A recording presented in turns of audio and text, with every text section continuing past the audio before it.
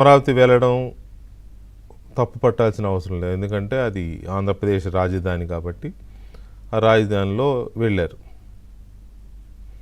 కానీ వాళ్ళు వెళ్ళిన ఇంటెన్షన్ రాజధానిలో పనుండో లేకపోతే రాజధానిలో జరుగుతున్న అభివృద్ధి పనులను చూడడానికో కాదు.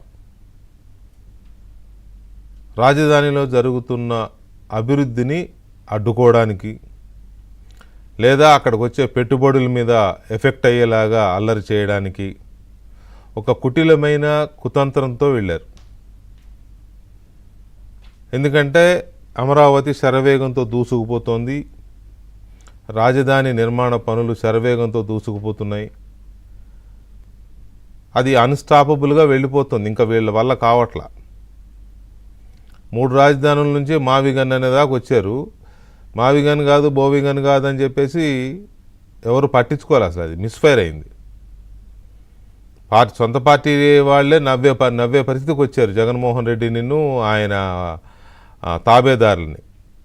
దాంతో ఏం చెయ్యాలో దిక్కుతోచ పరిస్థితుల్లో డైలమాలో పడ్డారు.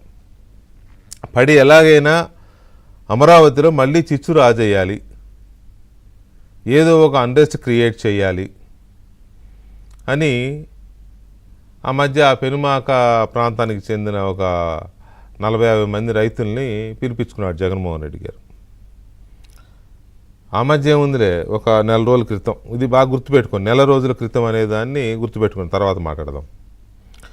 నెల రోజుల క్రితం పిలిపించుకొని వాళ్ళకి ఏదో అక్కడ సమస్య ఉన్నట్టు, ప్రభుత్వం వాళ్ళ భూముల్ని లాక్కోవడానికి బలవంతంగా ప్రయత్నిస్తున్నట్టు, వాళ్ళు జగన్మోహన్ రెడ్డికి మొరపెట్టుకున్నట్టు ఒక పిక్చర్ క్రియేట్ చేశారు.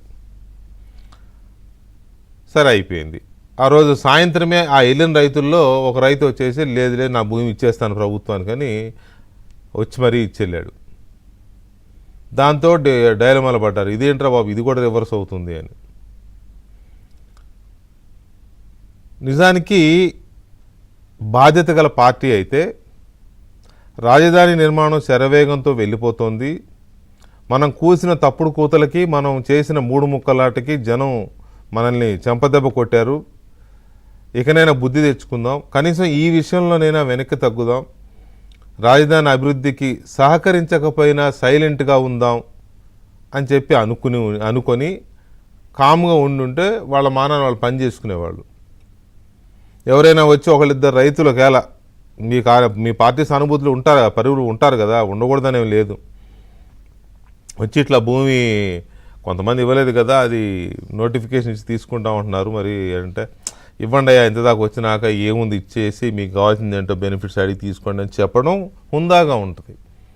అలా కాకుండా ఇంకా రెచ్చగొట్టాలని, ఇంకా చిచ్చు పెట్టాలని జగన్మోహన్ రెడ్డి వ్యూహం. ఎందుకంటే జగన్మోహన్ రెడ్డికి ఇష్యూస్ లేవు, అనుకున్న అస్త్రాలన్నీ పోయినాయి, ఇక మిగిలింది రాజధాని అస్త్రమే, అది కూడా పోయింది. దాంట్లో ఎలా చిచ్చు పెట్టాలి అనే దీంట్లో ఆయన రెచ్చగొడుతున్నాడు. నాకు అర్థం కాని విషయం ఏంటంటే గుంటూరు, బాపట్ల, కృష్ణా, ఎన్టీఆర్, కనీసం ఈ 4 జిల్లాల నేతలకైనా కాస్త ఇంగిత జ్ఞానం ఉండాలి కదా, ఇంగిత జ్ఞానం అయితే ఉండాలి కదా. ఆ జగన్మోహన్ రెడ్డి గారు వేసే ట్రాప్లో వీళ్ళు పడి మీ ప్రాంతంలో కడుతున్న రాజధాని మీద మీరే విషం చిమ్ముకుంటే అంతకంటే ఏ పదంతో మాట్లాడాలో కూడా నాకు అర్థం కావట్లా.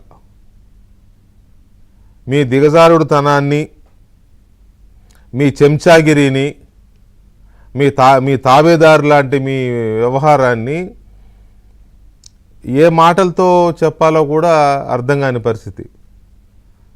తన ప్రాంతాన్ని విమర్శిస్తే ఎవడు భరించలేడు, తన భాషని విమర్శిస్తే ఎవడు భరించలేడు, తన తల్లిని విమర్శిస్తే ఎవడు భరించలేడు, తన ఊరుని విమర్శిస్తే ఎవడు భరించలేడు. అలాంటిది మీ ప్రాంత రాజధాని మీద మీరే విషయం కక్కుంటున్నారంటే ఇక దాన్ని చాలా పెద్ద పదాలు వాడాలి లెక్క ప్రకారం. కాకపోతే నాకు కొంచెం పరిధులు సంస్కారము అడ్డొస్తున్నాయి. సో ఇది ఇదమిద్దంగా స్టోరీ. అయితే వీళ్ళు వెళ్ళారు, వెళ్తే అక్కడ రైతులు అడ్డుకున్నారు.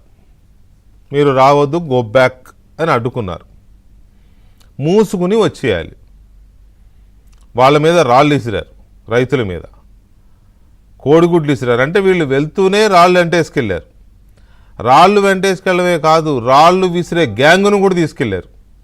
అంటే ఈ నాయకులు, వైసీపీ నాయకులు నాయకులుగా మాత్రమే వెళ్ళాల, రౌడీలని, దాడులు చేసే గూండాలని, గులకరాయి ఎక్స్పర్ట్స్ని, కోడికత్తి ఎక్స్పర్ట్స్ని, ఇంక ఇలాంటి ఎక్స్పర్ట్స్ చాలామంది ఉన్నారు అందులో. వాళ్ళని తీసుకుని వెళ్ళి రైతుల మీద రాళ్ళు రువ్వే ప్రయత్నం చేశారు. అయినా రైతులు వెనక్కి తగ్గల. వెళ్ళిన వాళ్ళలో రౌడీ షీటర్లు ఉన్నారు, రౌడీ షీటర్ల కొడుకులు ఉన్నారు, చాలామంది ఉన్నారులే. ఇంకా ఆ చిట్టా ఎందుకు తీయడం. వాళ్ళు వెళ్తుంటేనే చూడండి రైతులు ఎంత ప్రశాంతంగా నిలబడ్డారో బ్లాక్ నిరసన వీటితో. అయినా సరే రైతుల్ని గుండాలంటాడు అంబటి రాంబాబు గారు. రైతులు గుండాల్లా మా మీద దాడి చేశారంటాడు ఇంకొక నాయకుడు. దాడి చేసింది వీళ్ళు, అడ్డుకోబోయిన పోలీసులను కొట్టింది వీళ్ళు. ఒక పోలీసు స్పృహ తప్పిపోయాడు వీళ్ళ దెబ్బలకి. రివర్స్లో వీళ్ళే మళ్ళీ టీడీపీ వాళ్ళే పోలీసులను కొట్టారంటారు. ఎవడన్నా అధికారంలో ఉన్నవాళ్ళు పోలీసులను కొట్టుకుంటారా? జాగ్రత్తగా ఉంటారు కదా. పైగా అమరావతి రైతులకి అంత తిరగబడే స్వభావమే ఉంటే, అమరావతి రైతులకి అంత తిరగబడి కొట్టేంత స్వభావం ఉంటే ఎప్పుడో మీకు వాసిపోయేది. ఎప్పుడో మీకు తలలు పగిలిపోయాయి, కాళ్ళు విరిగిపోయాయి. ఇక అది ఇదని లేదు. మీరు ఆ ప్రాంతంలో ఉండేవాళ్ళు కాదు, తిరగడం కాదు, అసలు ఉండేవాళ్లే కాదు మీరు కానీ మీ నాయకుడు కానీ. ఆ ప్రాంత రైతులకి ఆ కొట్టడం తిట్టడం చేత కాదు కాబట్టి మీ ఆటలు సాగాయి. ఇక వీళ్ళు చెప్పే మాట ఏంటంటే, మాకు ఎవరో వచ్చి చెప్పారు, అక్కడ రైతుల్ని వివరాలు అడిగి తెలుసుకుందామని, రైతులతో మాట్లాడదామని, క్షేత్రస్థాయిలో పరిశీలించాలని, క్షేత్రస్థాయిలో పరిశీలించాలని వెళ్ళారంట. జగన్ ఒక పరిరక్షణ కమిటీ వేశాడంట రైతుల విజ్ఞప్తి పేరకు. కనీసం సిగ్గు, ఎగ్గు, నీతి కొన్నన్నా అడ్డు ఉండాలి కదా. విలువలు లేకపోయినా వలువలన్నా ఉండాలి కదా ఒళ్ళు దాచుకోవడానికి. అవి కూడా ఇటు చేసిపోతే ఎట్లా? 1631 రోజులు 29,000 మంది రైతులు, 33,000 ఎకరాల భూములు ఇచ్చిన రైతులు, 29 గ్రామాల రైతులు దీక్షలు చేస్తే, ఉపవాసాలుంటే, తన్నులు తింటే, పోలీసులు, దొంగ పోలీసులు, మీరు సృష్టించిన గుండా పోలీసులు కూడా వాళ్ళ మీద దాడులు చేస్తే, డొక్కలో తంతే, కడుపులో తంతే, కాళ్ళు ఇరిస్తే, చేతులు ఇరిస్తే, బాత్రూమీల మీద డ్రోన్లు ఎగరేస్తే, దళిత రైతుల మీద దళిత ఎస్సీ ఎస్టీ అట్రాసిటీస్ కేసులు పెడితే, ఆనాడు లేవని నోళ్ళు ఈనాడు లేవుస్తున్నాయే.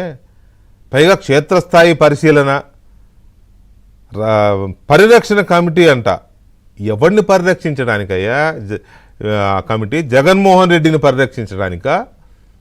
ఆ పరిరక్షణ కమిటీలో ఉండడానికి మీకు లేదా? తగుదునమ్మా అని వెళ్ళారు.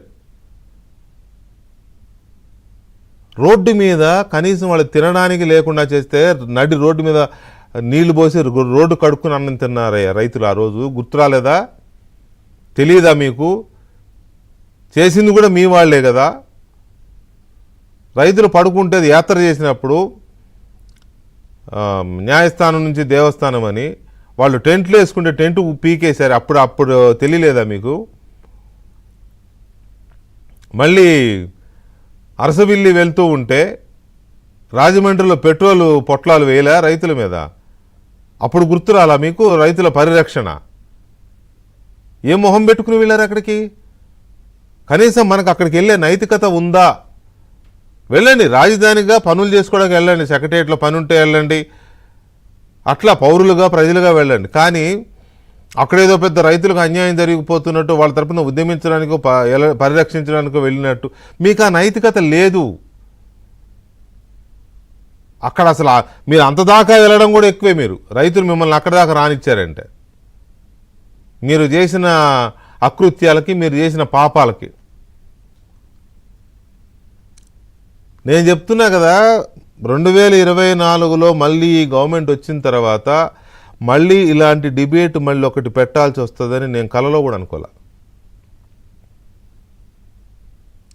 మీరు అంతగా అక్కసు వెళ్ళగక్కుతున్నారు ఆ ప్రాంతం మీద, అంతగా విషం కక్కుకుంటున్నారు ఆ ప్రాంతం మీద. కేవలం కుట్రే. అభివృద్ధిని అడ్డుకోవాలి, పెట్టుబడులను అడ్డుకోవాలి, వచ్చే వాళ్ళని బెదిరించాలి, లా అండ్ ఆర్డర్ సమస్య క్రియేట్ చేయాలి, అలజడి రేకెత్తించాలి, మిగతా ఇష్యూస్ అన్నీ డైవర్ట్ అవ్వాలి. ఎప్పుడు జనంలో ఏదో ఒకటి ఇటువంటి అలజడుల గురించే చర్చ జరగాలి. అసలు కొన్నిసార్లు అనుమానం వస్తూ ఉంటుంది. ఇటీవల జరిగిన కొన్ని ఘటనలు చూస్తుంటే ఈ ఘటన వెనకల కూడా ఏదైనా కుట్ర ఉందేమో అని డౌట్ వస్తుంది. అవి జరుగుతున్నాయి కదా, చావులు, కొట్లాటలు అవి జరుగుతున్నాయి కదా, వాటి వెనక కూడా ఏమన్నా కుట్రలు, హస్తాలు ఉన్నాయేమో అని డౌట్ కలుగుతుంది వీళ్ళ శకలు చూస్తుంటే. మాట్లాడదాం చిన్న బ్రేక్ తర్వాత.